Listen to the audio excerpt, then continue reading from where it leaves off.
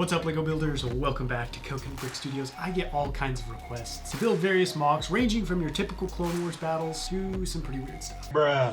There's one mock in particular I get asked to do a lot, and that is Kashyyyk. It's one I haven't attempted since the early days of my channel, and to say that was a rough build is an understatement. Today's the day I'm finally returning to the Wookie homeworld, but I'm not building the classic beachfront battle scene. Instead, I'm heading inland and building a giant top-secret clone base. And as a cherry on top for some of you, there's an Imperial twist. If you're ready to see me get very excited about LEGO planes, don't forget to execute Order 66 on that like button, and let's get building. This is gonna be the biggest Republic base I've attempted so far this year, so I'm packing as many base plates as I can on the table. I'm also gonna try something new and have the surrounding terrain act as part of the base walls, which means I get to build some rock work. Picasso and art, Michael Jordan and basketball, George Lucas and Star Wars. They're all synonymous, just like coconut and rock work, except for the goated status part. Honestly, it's more like McDonald's and the dollar menu. You know what you're getting, and in the moment it feels great, but after, when you think back on it, you just feel kind of underwhelmed. Jokes aside, I do really enjoy building rock work and have been toying around with new techniques to try and get a more sloped, smooth look with good success. In fact, as I was building, I was like, why don't I build this more often? Then I remembered what I spent the first half of this year doing.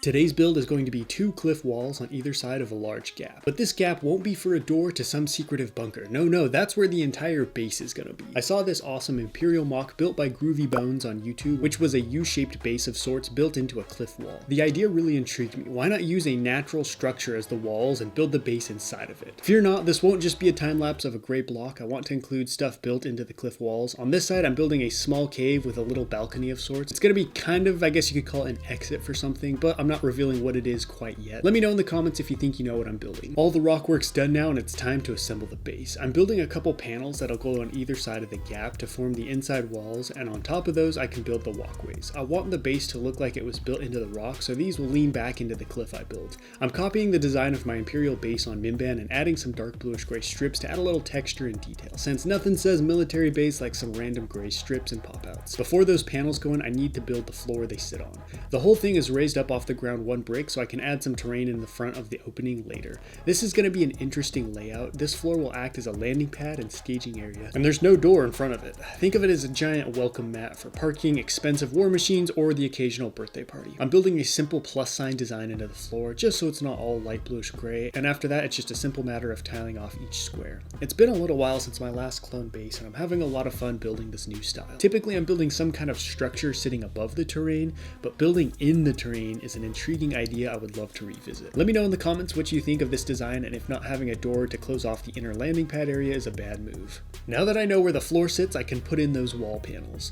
They can't just lean against the rock, but need some kind of frame to sit in. On either side will be a support pillar of sorts that cuts back into the rockwork. Connecting the 2 pillars is a row of plate. This will be the base for the walkways that will line either side of the base, so the clones can wave each other across the way, and it allows me to build some doors leading to rooms inside the rockwork. This is going to create a cool half indoor, half outdoor look for the base. Now I have a perfect opening for the panels, and hopefully you can start to see my vision taking shape.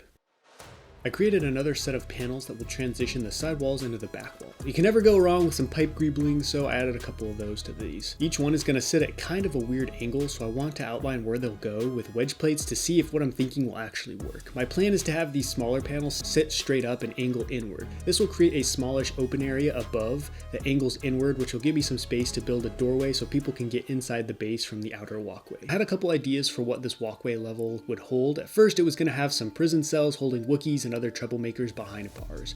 I decided to go with a more ambiguous route of making some dark red doors that could be storage or meeting rooms, and if need be, jail cells to hold people like this guy, who claims to be the famous Obi-Wan Kenobi, but come on, look at him, he's not fooling anyone. The roof is another row of plate with some slopes on the end to add a little curvature to help with drainage. I'm trying to move through this build quickly and not get stuck on any spots, tinkering and trying to make everything look perfect. I'm trying to focus less on getting every little detail right and more on just getting the whole thing done. That way I don't get frustrated that each section isn't perfect and give up, and I'm realizing it's much easier to just modify or change things once the whole build is done and you can see all the sections combined. I'm so close to getting the sides done. I've got some angled bricks that will match the wedge plates and guide the side walls inward so they can connect to the back wall.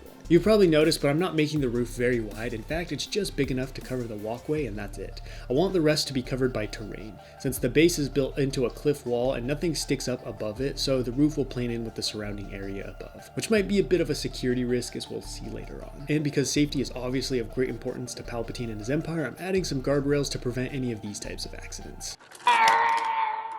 At last, the side walls are done and I can begin the final portion of the base, the back wall. I wasn't really sure what to put here, so I started with a doorway. And in a shocking turn of events, this one actually worked. I connected a couple of these plates with the railing on the front to some dark tan tile to create the door. I built a frame with some 1x2x5 bricks that have the groove in the middle, which, when the railing pieces are fitted into them, will act as a track, allowing the door to raise and lower. I opted to just throw down some more pipes, a cool dish, and call that good. It's kind of giving Men in Black vibes, like that entrance to their headquarters being that empty room with some random seemingly useless vents and fans, so I guess I'm on the right track. I built a little hallway since what would be the point of a working door if it opens to nothing? Kinda like Snoke, all that hype just to lead to this.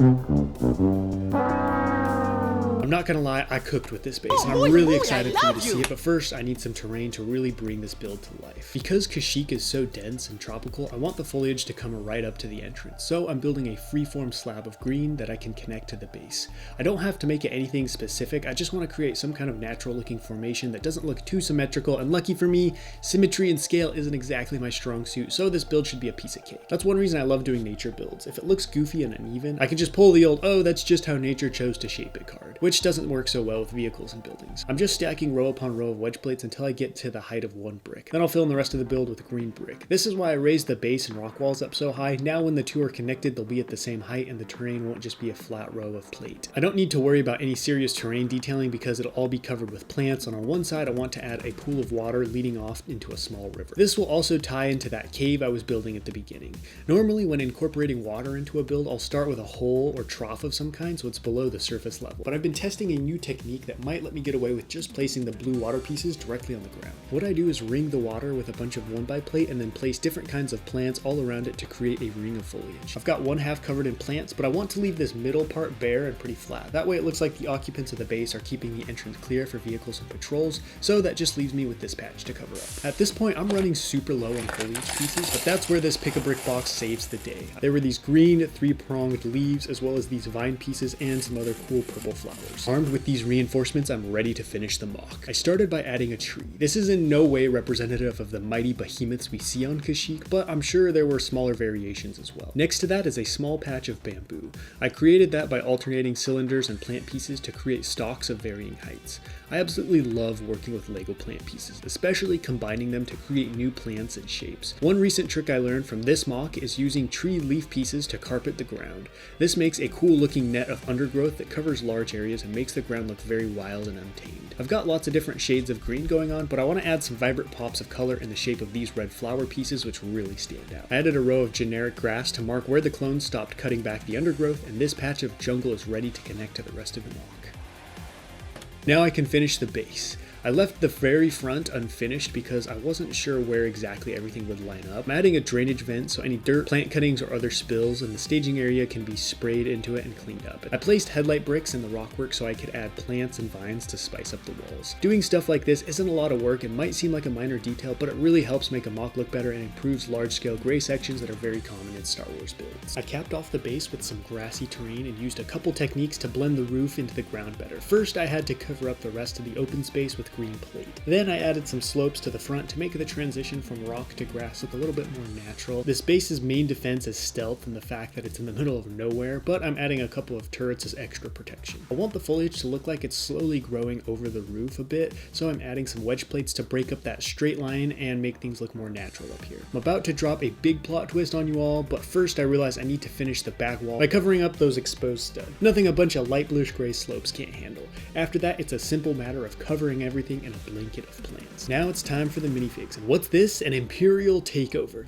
This clone base has been occupied by Imperial troops shortly after Order 66. I know, the timeline is not matching up here, but remember, this is just for fun. And I thought the muddy Mimban figs would go perfect on a planet like this. Kashyyyk, the jewel of the Outer Rim, full of natural riches and strong native Wookiees. Unfortunately, things have been grim since Order 66 and the Imperial takeover, but there is a glimmer of hope in these dark times. A group of 91st Recon clones was deep in the jungle on a recon mission with the Wookiees. While on mission, they were struck with a terrible illness, and the intense fever fried the clone's inhibitor chips, and as a result, they were unaffected by the execution of Order 66. Now they fight with the Wookiees to free their planet from the grip of the Empire. Today's target is a clone base that was taken by Imperials and is used as a secret testing site for Kyber crystals. The Resistance knows those will fetch a high price on the black market, and destroying this base will be a big blow to the Imperial cause. As a Wookiee prepares to hit the Juggernaut with an RPG, a clone on the ridge above takes out the guard while his buddy covers the opposite walkway in case they're spotted. Once the Juggernaut is down, the rebels will strike from above and the front, hopefully catching the base and its occupants by surprise. I had an absolute blast, not only building this base, but crafting the story around it. Unfortunately, I had to condense and cut out a decent amount of the story. I wanted to dive deeper into the clones and their fever, as well as including a mysterious Jedi leading the Resistance, but this video was already getting too long. You guys know I love to build with plants, and this mock was a great example of why. The build is so vibrant and alive, and the contrast between nature and man-made structures and the way they interact is so fun to build. That's it for this challenge. Don't forget to let me know what you think of the mock in the comments, and until next time,